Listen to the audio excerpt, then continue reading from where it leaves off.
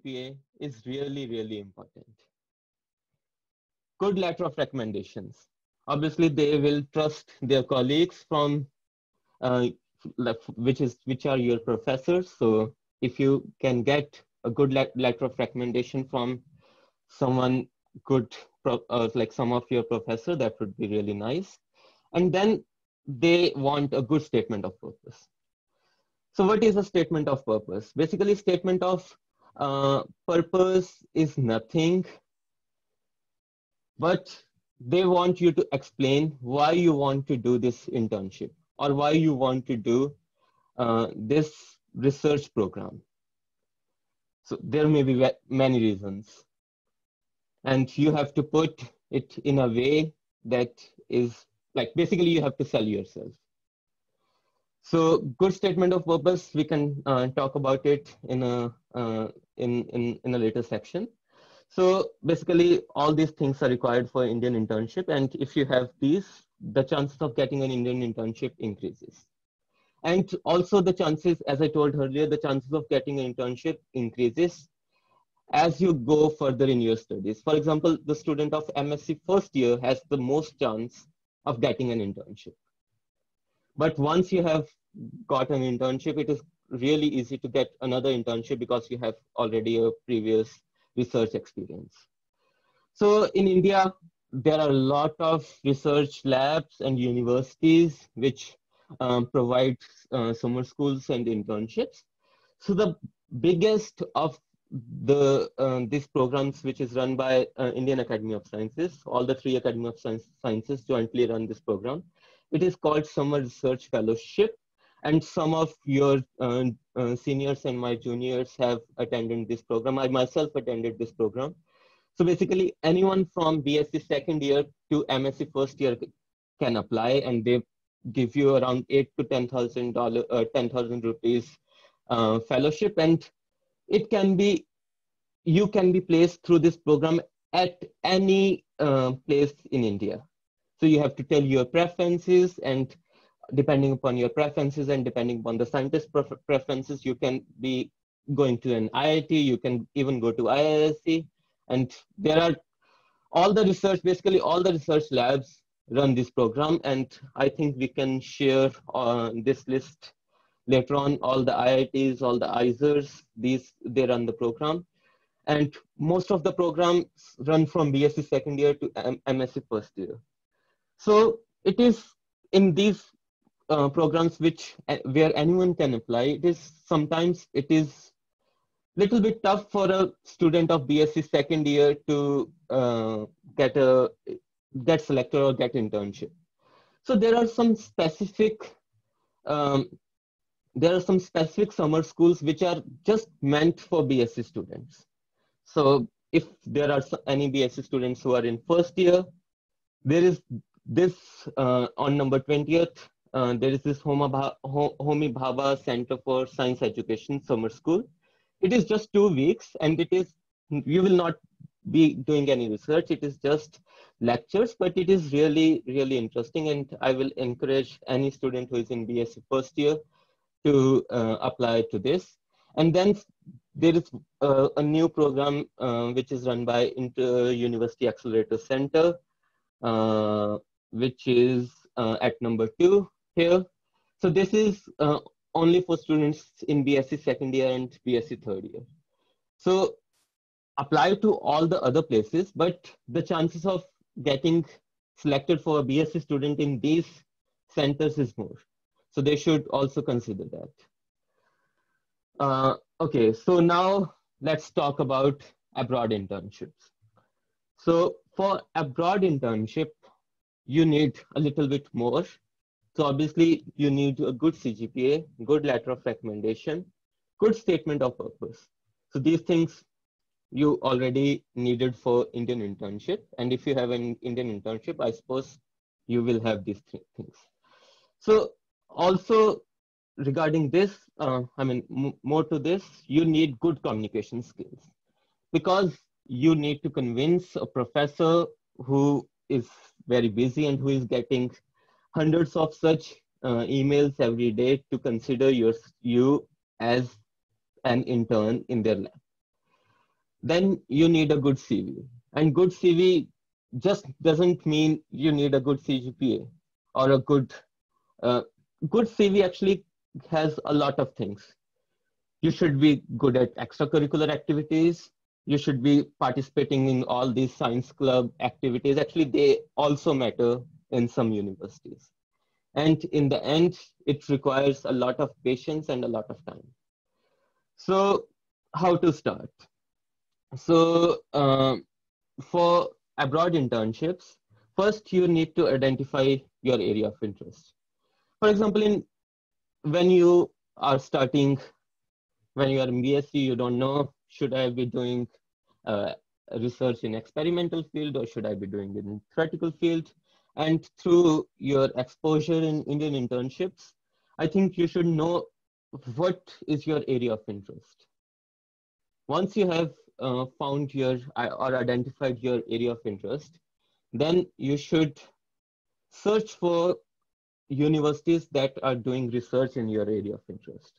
And you can always network. You can ask for your professors. You can ask for your seniors who have done these things, and you can, for example, you as I told you, if you are going to an Indian internship, you will be meeting with other students, and these networks will be very effective in such searching.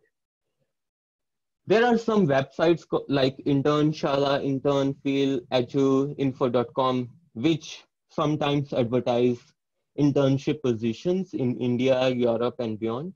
So these websites can also be helpful.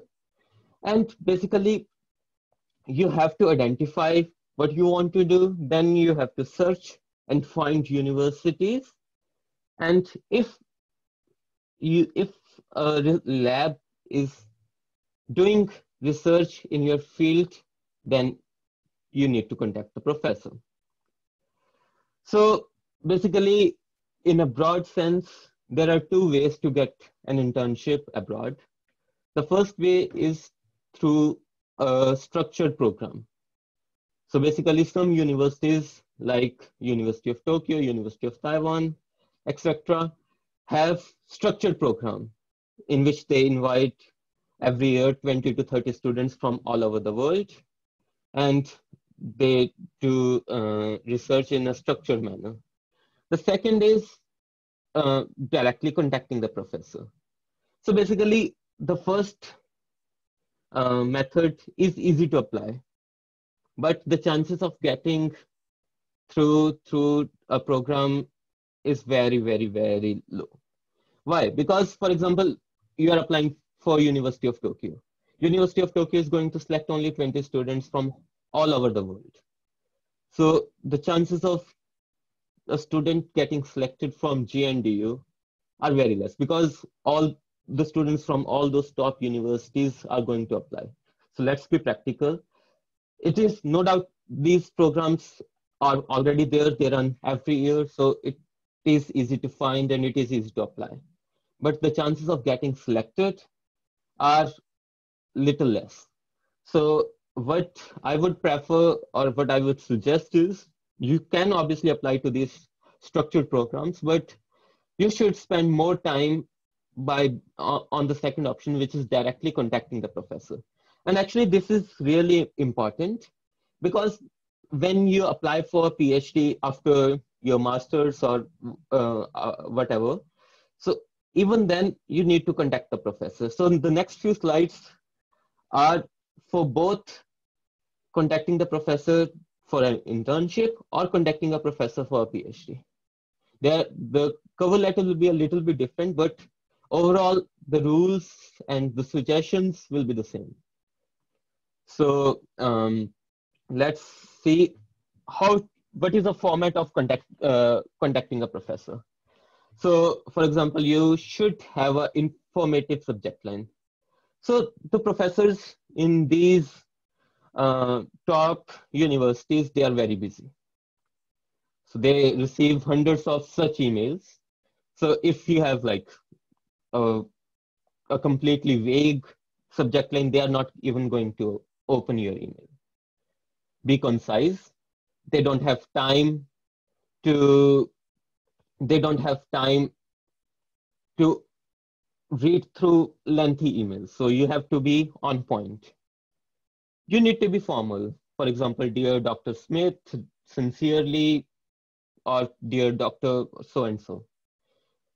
Do not use Mr. or Mrs. Do not use slangs. And when you send an email for a professor, it is really a good opportunity if you include your resume in it, so that he can go through and he can find out if you are good enough for the lab or not. So sometimes some labs advertise some openings for internship positions. If you are applying for such an opening, you need to address any qualification the professor is looking for. For example, the professor can say that we are interested in students who have previous experience with, for example, scanning electron microscope. So if you have used the scanning electron microscope in your Indian internship, you should address this. And for example, you can tell that I have experience, you are looking for this, I have done this, so I am a good match for you.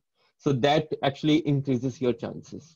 And if you are directly asking for a research opportunity, then you need to tell the professor, for example, in a research group, they are going to work on at least three or four different projects. So you need to tell why you are interested in one project or another, and what you are bringing to the table, and why your research is important for the goals that are advertised on the website. So if you don't include these things, trust me, you are not getting a reply. They don't have time for getting a reply. Okay, so some points to remember. Be resilient. So professors are, as I told you, professors are busy person, and do not lose hope. You have to continue contacting professors. Second thing is timing matters. For example, do not send emails on weekends, because for Europe and for this Oceania and most of the Asia, the work culture is that they will work properly during the week, and they will not work at all during the weekend. So if you are sending the emails on weekend, they will get more emails during the weekend, and your email will never be opened. So as a thumb rule, it is like a good time to contact during a Wednesday or Tuesday. It is a good time. So whom not to contact? Okay, this is actually really, really important. So do not contact more than 2 professors from the same department. So even if they like you, the professors are going to talk to each other. So if they like you and they talk to each other, that from an Indian student from so-and-so university has contacted me, and the other professor says same, your chances are 0. And please send email to professors. For example, even I am getting like every month 2 to 3 emails who is asking for internships, not from India, from all over the world. So you should know that whom to contact. So actually it is also good opportunity to contact PhD students, but a PhD student is not going to guarantee or going to help you get a project. For that, you have to contact a professor. But through PhD student, you can get any information about the project, or if there is any openings, or if you have any like queries or something like that. The chances of getting reply from a PhD student is more, but don't hope that you will write a generic email and send it to a lot of persons. That is not going to happen. So the email you are going to send to every professor is needed to be different. You have to tell them why you are applying, what is your goals are, and how your goals or how your previous research is relevant to the group. And the last point is also very important, which is funding. So basically, when you apply for any internship program, the professor has to pay for you. But there are some, which is actually the main problem, that the professor doesn't want to pay for you because he has to pay for your flights, he has to pay for your living expenses. So if you are very rich, you can tell him that I don't need any funding. But being practical, there are some scholarships for doing internships abroad. For example, all these scholarships are mostly in France and Germany. In France, there is a really nice research program which is called CHARPAC. And in Germany, they have DAAD funding. So through these funding agencies, you can apply for scholarships. And if you aim to apply for scholarships, you should mention in your email so that the professor doesn't have to think about the funding. Okay, more points to remember. So you have to start early. So if you're going to do the research internship during the summer, which is going to start in May and or June, you need to contact professors you need to start contacting professors by December or January, because even if they select you, they have official procedures which need to be followed. Then you have to apply for visa and a lot other formalities. Then you have to target the right country. So I think among all the points, this is the most important point. So if you desire internship, you need to be smart enough to target the right country, to target the right universities. Do not apply to Oxford directly. I mean, if you have a very good research experience, then you can apply to Oxford. But for a journal media, or for a lot of other people who have an average CV, you need to consider and you need to be practical in selecting universities. And you don't want to apply to very poor university because the university will not have funds to host you. Do not, as I said earlier, do not send bulk emails, and obviously do your homework. You need to tell professor why you are applying. Okay, so when you send an email, either for internship or for a good cover letter, it looks something like this. Dear Professor, I am a student at Research School of Physics or Department of Physics, Guru Nanak Dev University. Tell what are you doing, tell a little bit about your CGPA and your experience, then what you want to do. And in the second paragraph, it is really important to mention why you want to do something. And in the third paragraph or the last paragraph, you can tell about your research experiences, or if you have any questions. For example, you have done a research previously in India, which is similar to the research that the professor is doing. Actually, that is a really good point, and that you can mention. And if you can read a paper off there and you have a question, it is a really good starting point. Sometimes, and this has happened to some of my colleagues, that if you have a good discussion with a professor, even if they don't have a funds or if they don't have time to host you, they can tell you their colleagues, or they can even ask their colleagues to host you if you have a good conversation. So as they say, the first impression is the last impression. So you need to make a good impression and the good impression you can make by writing a good cover letter. And then the second thing is a good resume. So how does a good resume looks like? So, I mean, you can get a lot of samples online. So this is just a sample. So you can tell a little bit about your motivation, your education, and here you can mention your CGPA, and if you have any awards. Then you can mention your research projects, what you have done previously, some publications, what are your experimental and technical skills, and you can mention your academic achievements and awards, workshops or conferences you have attended. So all the things that matters. And don't make your resume or CV more than 2 pages because they don't have that much time to dig through. And your resume should be easy to read.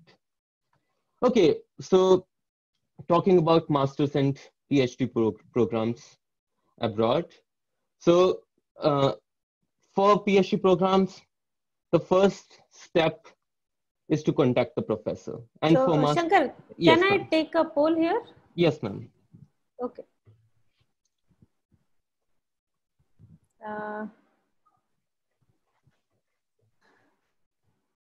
Okay, I'm posting a poll here.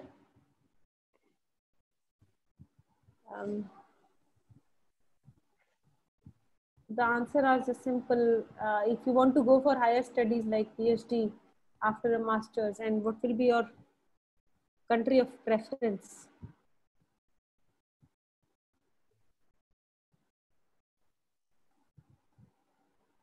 So there are 2 questions in this poll.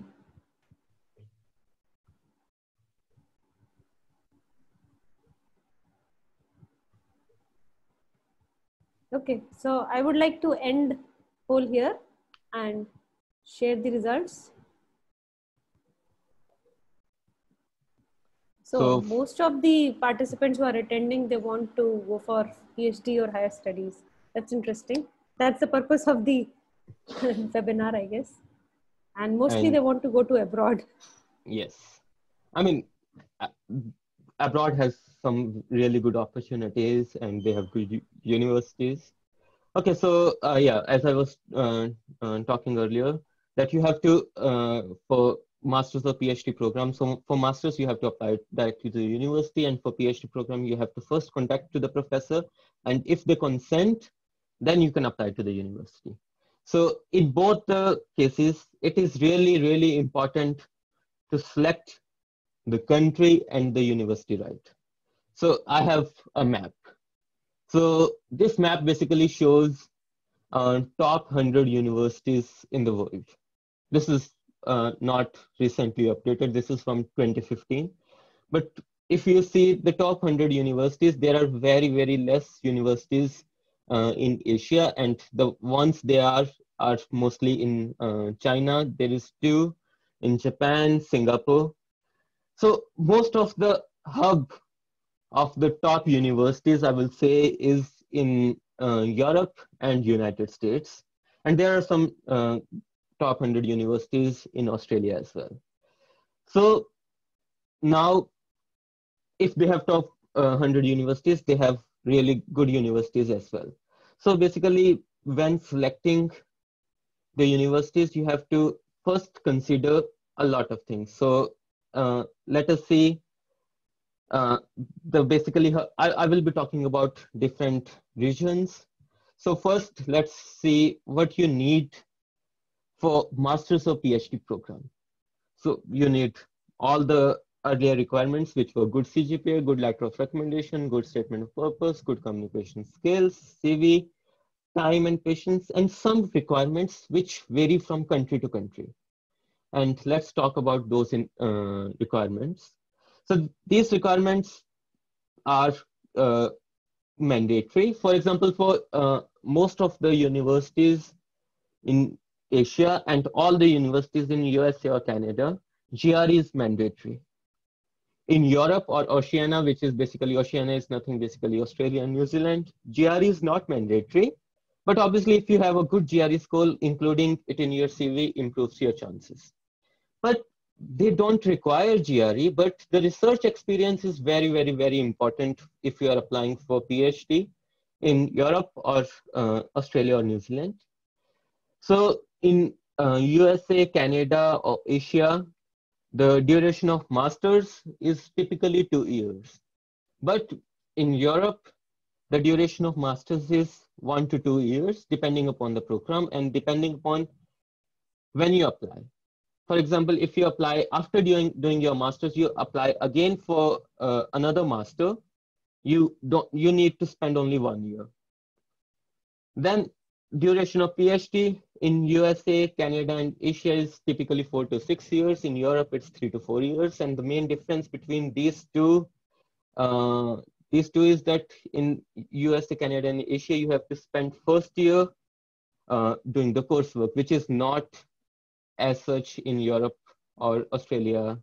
And the tuition fee is similar in everywhere. Basically, it's nearly from 30,000 US dollars to 40,000 US dollars per year. But obviously, no one is that rich. And for all these programs, scholarships are available. So very few scholarships are available for master's program in both USA, Europe, Canada, everywhere. But a lot scholarships are available for PhD programs. But the good thing about master's program in Europe is that they don't have any tuition fee. In Europe, there is no tuition fee for master's and PhD programs. Doesn't matter you're international student or you're a student from European Union. So that has some points for Europe. Okay, so these were the main difference between the regions.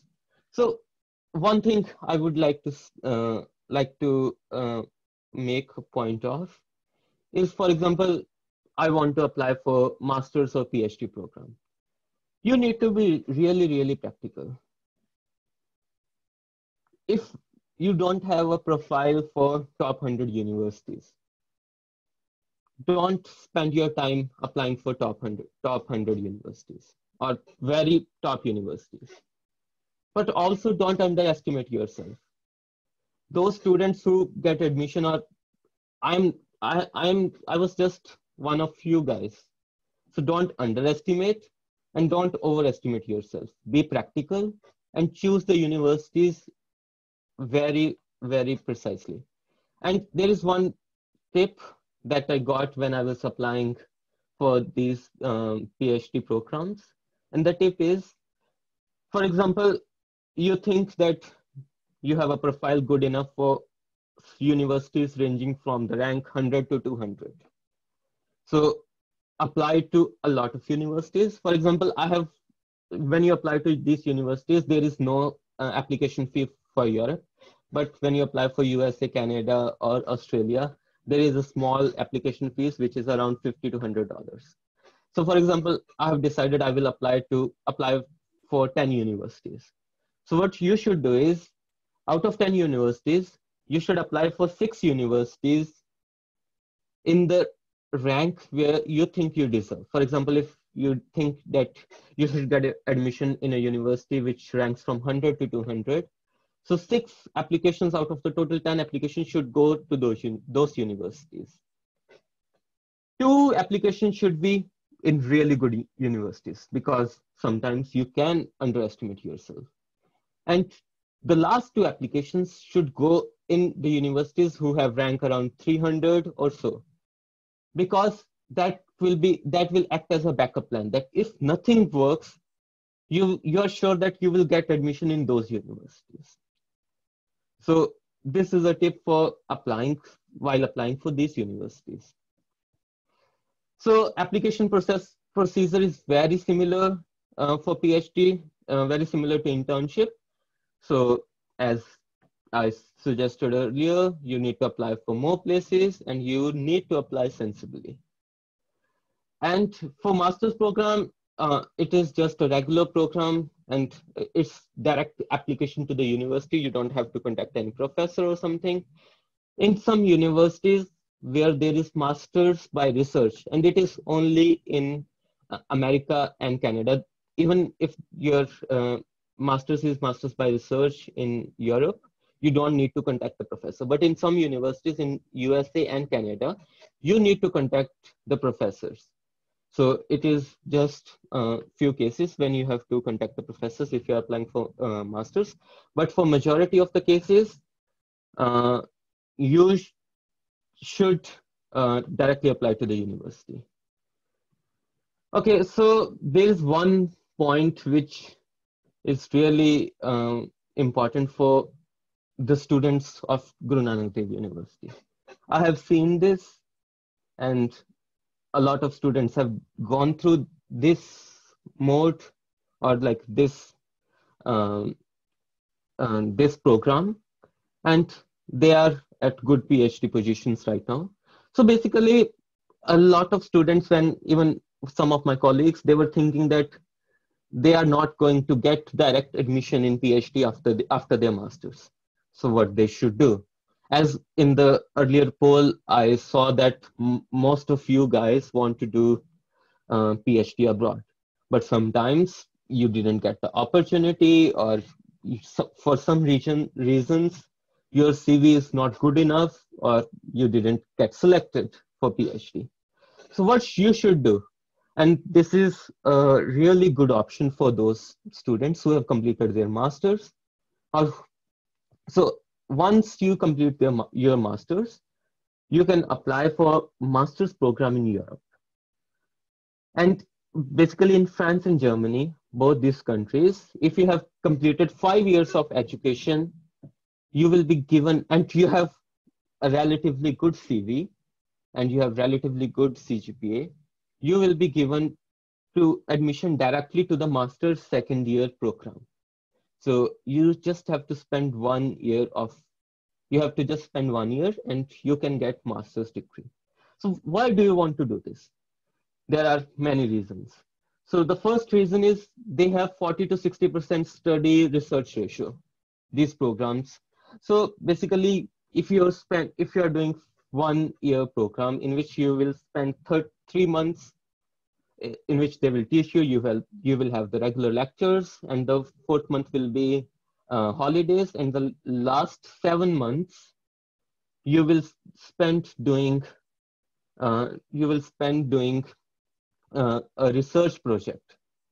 So now you will be saying that I just mentioned that master's program, there are very few scholarships. So the good thing is in Europe, there is no tuition fee, and a lot of universities provide scholarships, and there is the CHAPUK program through which you can get the scholarship. And I have some colleagues who didn't get scholarship. But there is one good point, that when you do the research project here, you are paid. So it is mandatory. It is a law in France and in Germany that a student who is doing research project, he will be paid. So what they did is they applied to this 1 year master's project. They didn't get the scholarship. So they didn't have to pay any tuition fee. So they have to pay for flights, for visa, and for basically first 4 months of their living expenses. So the living expenses obviously range from person to person, but it is typically 50 to 60,000 INR. So after that, you will start your research project, and you will be paid enough so that you can manage your research, you can manage your living expenses. So this program is actually a really, really good option. So yeah. So all the students who are in masters or who are in bachelors. So for bachelors, you can apply for 2 years masters, and so getting admission in masters after bachelors is relatively a little bit tough as compared to getting admission in masters after masters, as you have more experience. So, but everyone should apply for these masters programs, and they are really nice. They have quite good research ratio. So I think, yeah, this is one of the points that I wanted to make. And so with this, I would like to thank you everyone for attending, and let's see if anyone have questions so that we can answer that. Okay. Thanks a lot, Shankar. And we had 2 questions in the chat box during your talk. So Yes. I can, are there any other questions from participants?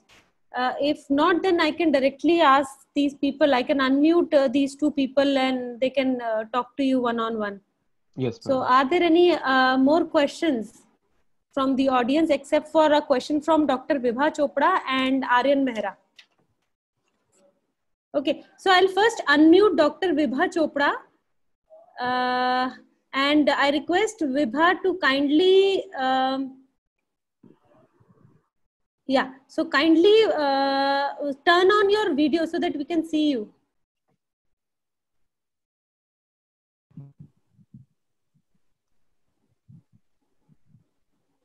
Yeah, is Vibha unmuted now? Yeah. So Vibha, Yes, you ma'am. can start topic. Yeah, okay. So, hello Shankar, thanks for the nice talk. There is one query that what are the opportunities after PhD? Like if someone after PhD or if someone is in job and want to go abroad for a small program like we have internships or summer school programs or so. So is there any opportunity abroad? Thanks for the question, Dr. Vibha. So basically, after PhD, the opportunities are very less because once you have done PhD, you are considered as a trained researcher.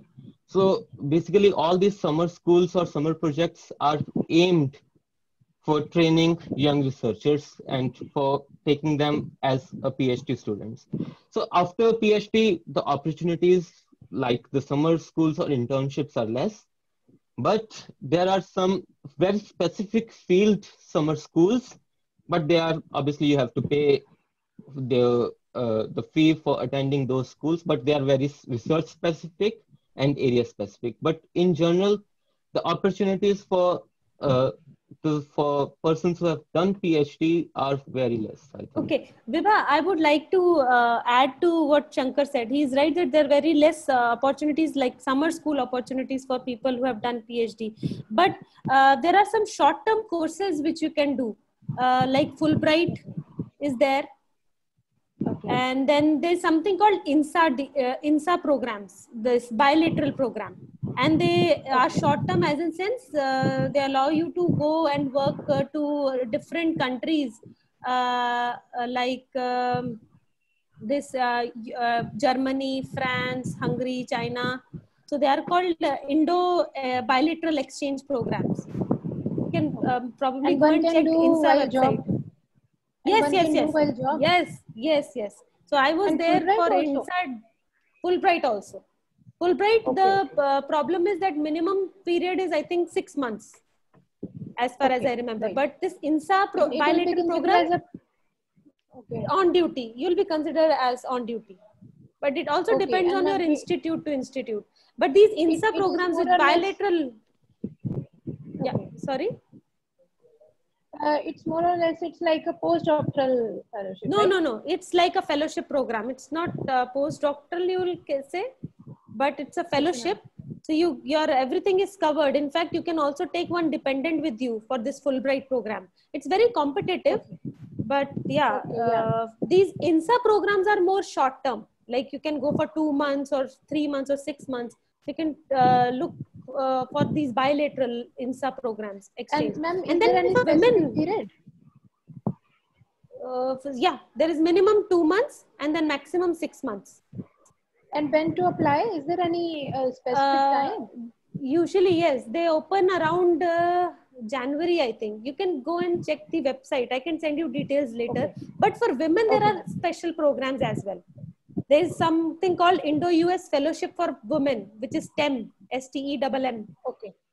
Okay. So Right. maybe that is especially for women. So women get a lot of opportunities. So I know of these three. Other than that, there are something called these JSPS Japan Fellowship, but that is more like a postdoctoral program. Okay. That's not Okay. like Thank you, short ma'am. term. Okay. Thank you so much. Thank you. Thank you, So the Shankar. next, I'll put you on mute now. Okay. Next question is from Aryan. So Aryan, I'm going to, oh, I cannot see Aryan now. Maybe he's disconnected. Yes, I think so too. Yeah, okay. Maybe I can ask his question. So I just noted his question down. His question was, will you recommend to work hard to get admission in top Indian universities and institutes like TIFR, ISC, ISERS for PhD, and then go to abroad for research projects during PhD and postdoc abroad? Yes, I would definitely recommend to work hard for admission in all these institutes. So TIFR, IISc, IISERs, these are not bad institutes. These are really, really nice institutes, and some groups at these institutes are even better than the groups abroad. So Okay, don't but how do you weigh it? Is it difficult to get into TIFRs, IISCs, or I mean, I would have never gotten into TIFR, frankly, because I have never, for example, you have to work towards clearing the exam, and you have to spend a lot of time. And I never did spend that much time in practicing everything basically. So if you are applying yes, so for me, although ANU has a lot good ranking and this group has a very nice fame and name overall, but for me, it would be tough to get in TIFR because I was more concerned about my research than these papers. But for example, if someone aims to apply for United States, where you have to give GRE exam. So GRE is similar, preparing for GRE is similar to preparing for these entrance exams. The physics is same. Maybe the question pattern will be different for different institutes, but basically learning will be the same. And secondly, in the end, the tag matters a little bit when you are applying for a job. If you come back from India and you have done really good research in India, and someone who has done similar research, but he comes from a foreign tag, he's going to get a little bit more weightage. So yeah, obviously, I would recommend to work for getting admission in these institutes and going for postdoc afterwards. I think that's also a good idea. Okay. So are there any more questions from audience? If yes, then I would ask you to raise hands. There's one from Sherry. So Sherry, I'm putting you on unmute. I'm unmuting you, and then you can talk to Shankar.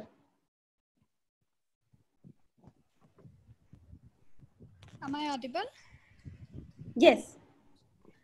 Good evening. Yeah. Hi. So can you please put on your video as well? Sure. Because we cannot do that. You have to turn on your video. Okay. Yeah. Please go ahead, Sherry. I just wanted to ask, so without appearing in entrance exams, how can we apply for PhD programs, especially in US and all? In US, you have to appear for GRE. As you can see in this slide, is this slide visible to everyone? Yes. So yeah, as you can see in this slide, if you want to apply for US or Canada or the top universities in Asia, for example, Singapore or Japan, GRE is mandatory. So there's no way around it. So you have to give GRE. But for Europe, Australia, New Zealand, and UK, which is now not a part of Europe, for all these countries, GRE is not mandatory. So they need a really good research experience, but you don't have to give any entrance exam. Thank you, sir. So Aryan is coming back, but he's unable to enter, he says now. Anyways, are there any more questions?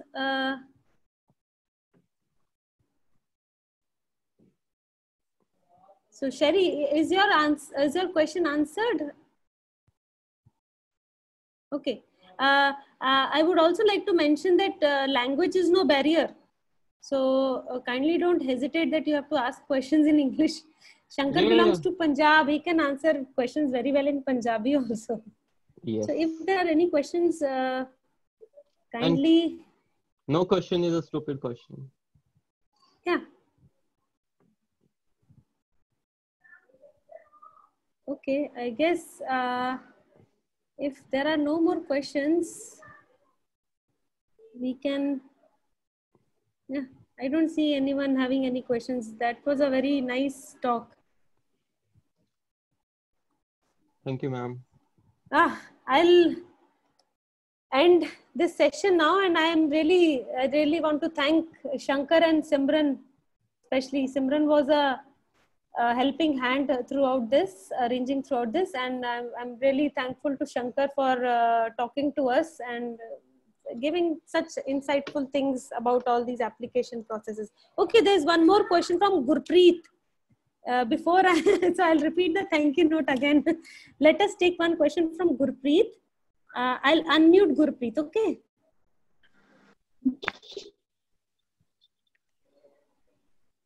Good afternoon, sir. Hello. Good afternoon, sir. Good afternoon. Sir मेरा BSc chemistry last year है. मेरा sir एक question है भी ना भी बहुत बच्चे जिन्ना दा साइंस च इंटरेस्ट हुंदा है पर कई रीजंस करके भी फॉरेन जा बाहर किते नहीं जा सकते.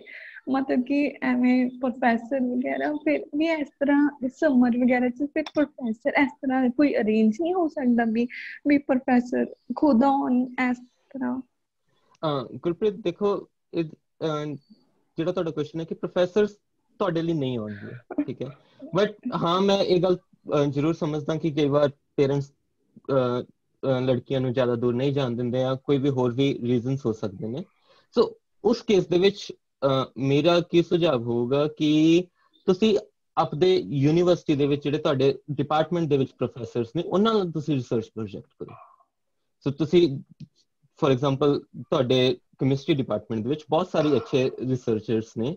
ਸੋ ਤੁਸੀਂ ਜੇ ਆਪਦਾ ਸਮਰ ਦੇ ਵਿੱਚ ਤੁਸੀਂ ਰਿਸਰਚ ਕਰਨੀ ਚਾਹੁੰਦੇ ਹੋ ਤੇ ਤੁਸੀਂ ਕਿਤੇ ਬਾਹਰ ਨਹੀਂ ਜਾ ਸਕਦੇ ਤਾਂ the best way forward is ਕਿ ਤੁਸੀਂ ਉੱਥੇ ਹੀ ਆਪਣੇ ਪ੍ਰੋਫੈਸਰ ਦੇ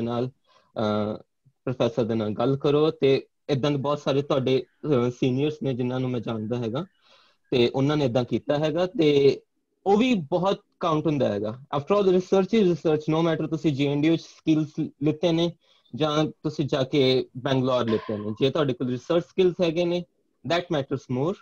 ਸੋ ਜੇ ਤੁਸੀਂ ਨਹੀਂ ਜਾ ਸਕਦੇ ਤਾਂ ਮੇਰੇ ਅਕੋਰਡਿੰਗ ਸਭ ਤੋਂ ਬੈਟਰ ਇਹੀ ਹੋਏਗਾ ਕਿ ਤੁਸੀਂ ਆਪਣੇ ਡਿਪਾਰਟਮੈਂਟ ਦੇ ਵਿੱਚ ਪ੍ਰੋਫੈਸਰ ਦੇ ਨਾਲ thank you sir. Thank you sir. Okay. I think there are no more questions now. So again, thanks a lot, Shankar, and it was very nice seeing you after a long time, and hope you do great and wonders in your life. Thanks a lot, everyone, for being with us, and we're going to arrange more of these webinars. We're trying to arrange more, and hope to see you for all these sessions. All right, so I'll end the meeting here. Bye. Bye-bye, everyone. Bye. Bye. Stay safe.